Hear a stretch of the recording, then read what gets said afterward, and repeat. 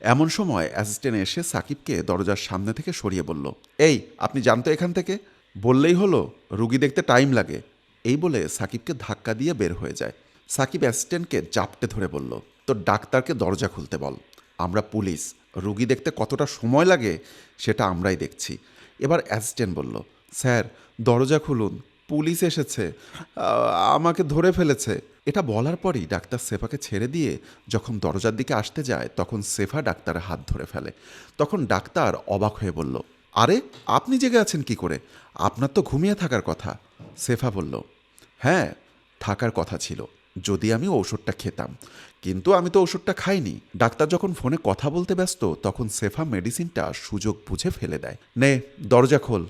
এবার দরজা খুলতেই সাকিব ডাক্তারের মাথায় পিস্তল ঠেকিয়ে বলল, অনেক অভিযোগ এসেছে তোদের নামে, আজ সেটা হাতে নাতে ধরার জন্যই আমাদের এই চালটা চালা। নে চল এবার থানায় চল।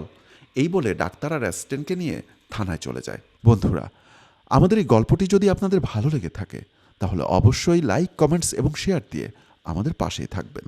খুব শীঘ্রই আবারও কোনো নতুন গল্পে আপনাদের সাথে দেখা হবে। ধন্যবাদ সবাইকে।